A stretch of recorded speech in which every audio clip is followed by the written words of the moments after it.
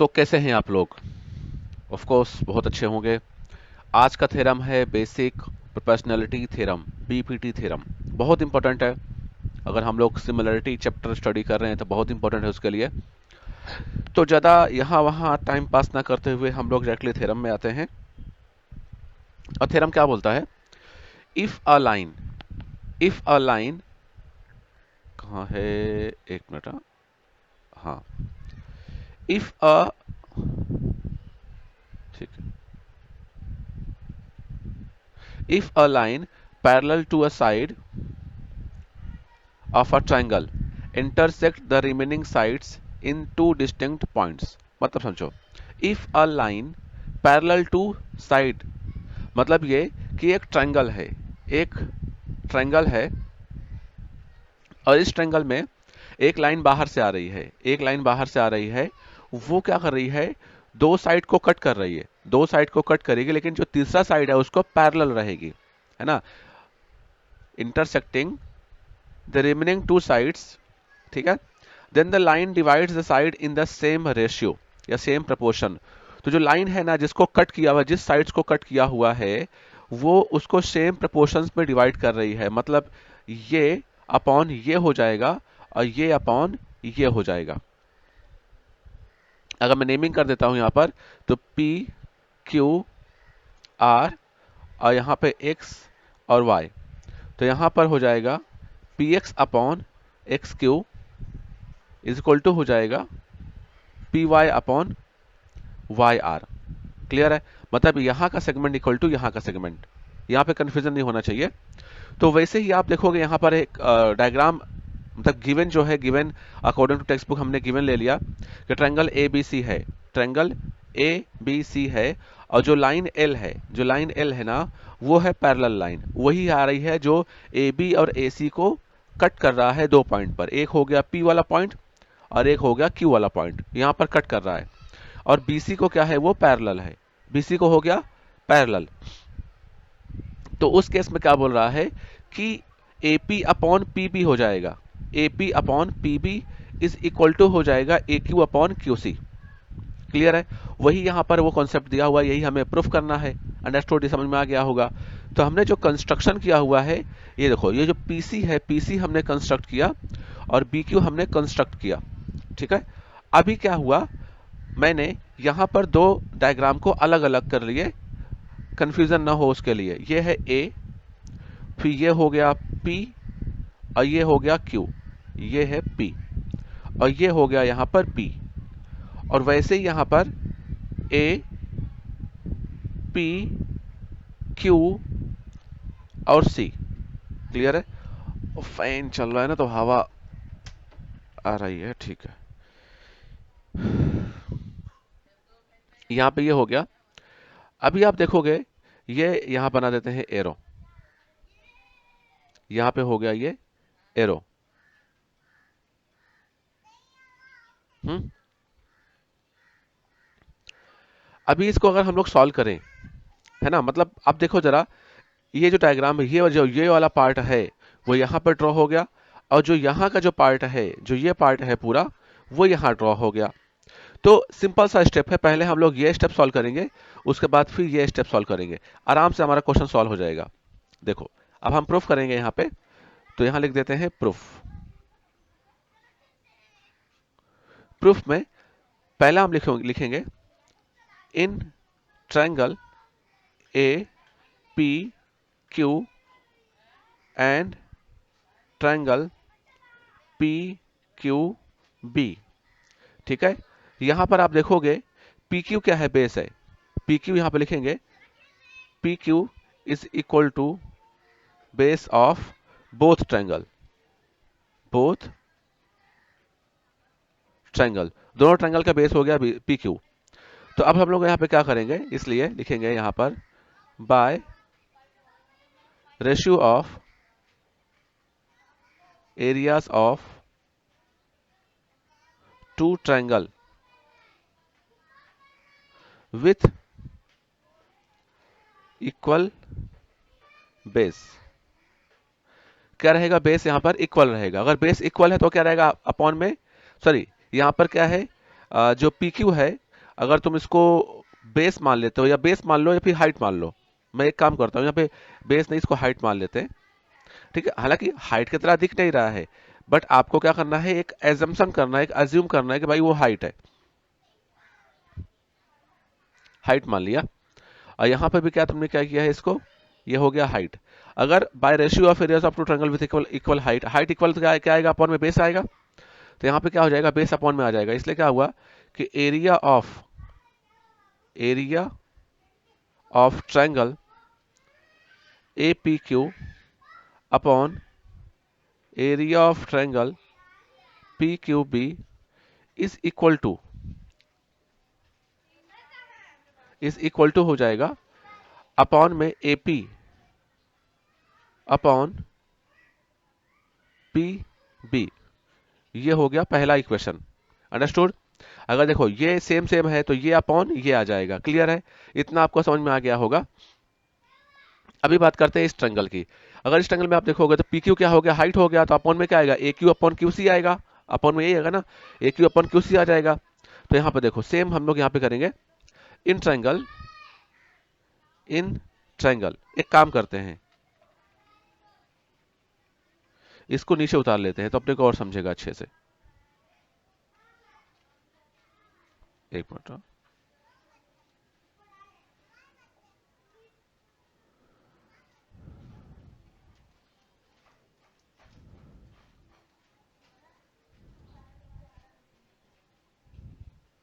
हाँ,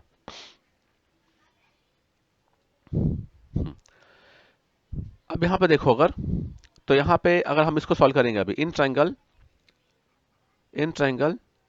ए P Q and triangle P Q C, आप देखोगे पी क्यू इक्वल टू हो जाएगा क्या, हाइट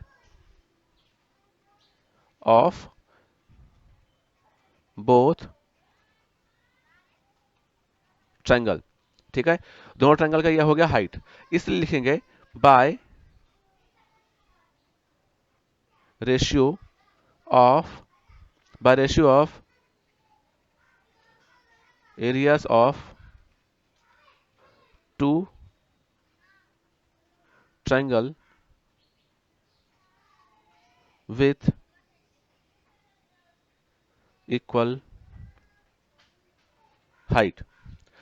ठीक है, हाइट अगर इक्वल है तो बेस अपॉन में रहेगा, इसलिए area of triangle A P Q और area of triangle P Q C is equal to हो जाएगा A Q upon Q C. यह हो गया सेकंड इक्वेशन। अब एक चीज जरा देखो यहां पे, जो समझेगा आपको, जो पहला इक्वेशन है उसमें आप देखो A P upon P B, और दूसरा equation A Q upon Q C, और जहां तक मुझे मालूम है यही हमें प्रूफ करना था, है ना। जरा देखो A P upon P B equal to A Q upon Q C, यही प्रूफ करना था, है ना। बट क्वेश्चन ये है कि दोनों तभी इक्वल हो पाएगा जब ये वाला और ये इक्वल हो पाएगा। अंडरस्टूड। तो उसके लिए हम क्या करेंगे, देखो ए पी क्यू और A P Q same same हो गया, लेकिन यहां पर पी क्यू बी और यहां पर पी क्यू सी, ये दोनों ट्रायंगल सेम सेम नहीं है। अगर ये दोनों ट्रायंगल भी सेम सेम हो जाएं तो हमारा कुछ काम बन सकता है ना। तो यहां पे आप देखोगे ये दो ट्रायंगल को हमें सेम करना है। मतलब यूं समझो कि हम लोग मेन डायग्राम में आए, अगर हम लोग यहां पर मेन डायग्राम में, अगर हम लोग यहां पे मेन डायग्राम में आए तो आप देखोगे, देखो यहां पर पी क्यू बी और पी क्यू सी, ये दो ट्रायंगल हैं। और ये दोनों ट्रायंगल सिमिलर क्यों हो सकते हैं, क्योंकि दोनों ट्रायंगल पैरेलल लाइन के बीच में आ रहे हैं। पहला चीज ये हो गया, तो हाइट सेम होगा, और दोनों में पी क्यू आ रहा है। अगर हम इसको बेस मान लेते हैं और दोनों ट्रायंगल पैरेलल में हैं, तो दोनों ट्रायंगल क्या रहेंगे, हाइट सेम रहेगा, और बेस भी यहाँ पर क्या है, सेम है। पी क्यू क्या हो गया, बेस बेस भी सेम है। इसलिए हम लोग क्या करेंगे यहाँ पे, अगर मैं इस ट्रायंगल को नीचे उठा लेता हूं तो और समझेगा आपको। मैं इस ट्रायंगल को, ओके, सो मैं इसको कर लिया कॉपी, और मैं इसको यहां पर करता हूं पेस्ट। ये देखो, है ना। तो अपने को और समझेगा। मैं यहां से इसको रफ कर देता हूं, ठीक है। अब देखो, मैं कहाँ गया, एक मिनट, हाँ, कलर चेंज किया। अब हम लोग क्या करेंगे, इन triangle P Q B and triangle P Q C. जरा देखो, ये तो ट्रायंगल है कि नहीं है। आप देखो, ये देखो, ये पी क्यू बी और पी क्यू सी, दोनों में पी क्यू आ रहा है कि नहीं आ रहा है। और हम ये क्यों कर रहे हैं, क्योंकि आप देखोगे दोनों जो इक्वेशंस हैं उसमें सब कुछ सेम है, लेकिन सिर्फ पी क्यू बी और पी क्यू सी सेम नहीं है। उसी को सेम करने के लिए हम लोग यहाँ पर ट्रायंगल लिए। अब यहाँ पे आप देखोगे, यहाँ पे हम लोग क्या लिखेंगे, यहाँ पे लिखेंगे both triangle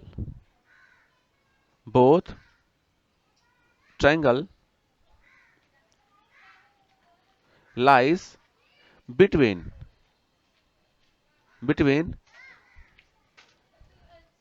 two parallel line, इसलिए they will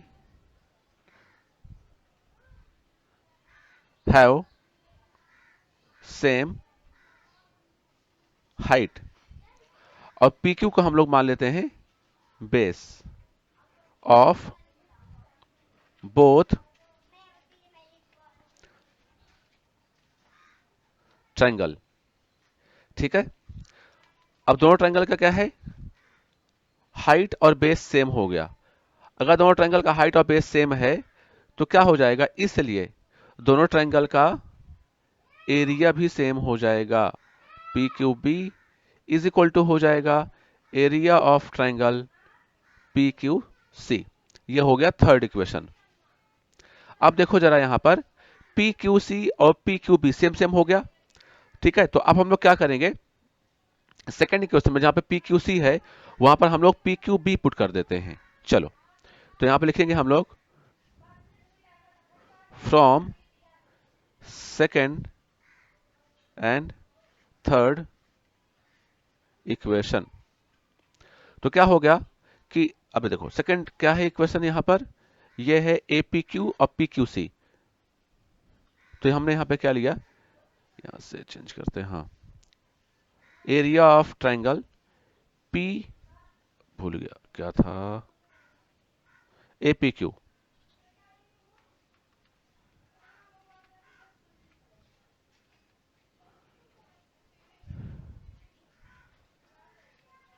A P Q upper हमने क्या कर दिया, पी क्यू बी लिख दिया। या फिर एक काम करो, नहीं समझ में आ रहा है ना, तो वही इक्वेशंस को कॉपी कर लेते हैं, ये है ना, इसको हमने यहाँ पे उठा लेते हैं पहले, तो और समझेगा आपको अच्छे से। ये देखो, यही था इक्वेशंस। इसको लिख देते हैं कि भैया ये आया हुआ है फ्रॉम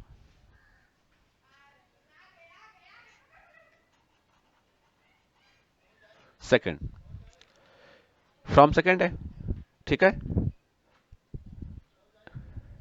अब मैं फर्स्ट को भी उठा लेता हूं, चलो फटाफट सॉल्व हो जाएगा।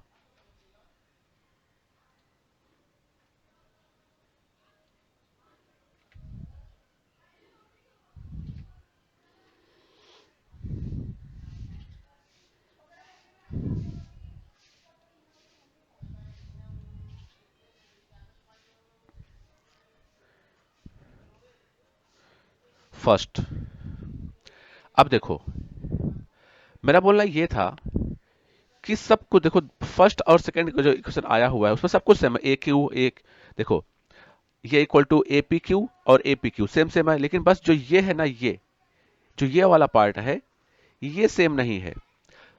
और हमने यहाँ पे क्या कर दिया है, थर्ड इक्वेशन में हमने सेम कर दिया है दोनों को, इसलिए यहाँ पे क्या हो जाएगा अभी, फ्रॉम, ऐसे लिखो फर्स्ट कॉमा सेकंड और थर्ड इक्वेशन से यहाँ पे क्या हो जाएगा, अब हो ये जाएगा कि area of triangle A P Q upon area of triangle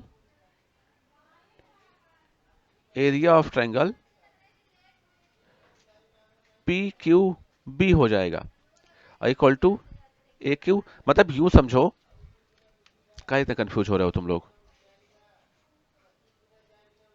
मतलब ये कि यहाँ पर पी क्यू सी और P Q B same same हो गया, मतलब ये वाला पार्ट जो ये वाला पार्ट क्या हो जाएगा, सेम सेम हो जाएगा। इसलिए क्या हो जाएगा, इसलिए इसलिए A Q upon Q C equal to हो जाएगा A P upon P B, बराबर है।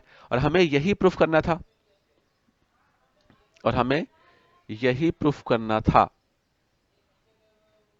बराबर है। ए क्यू अपॉन क्यू सी, अगर मैं यहाँ ट्रायंगल को यहाँ पर लेके आऊं तो हमें ये देखो, ये देखो एपी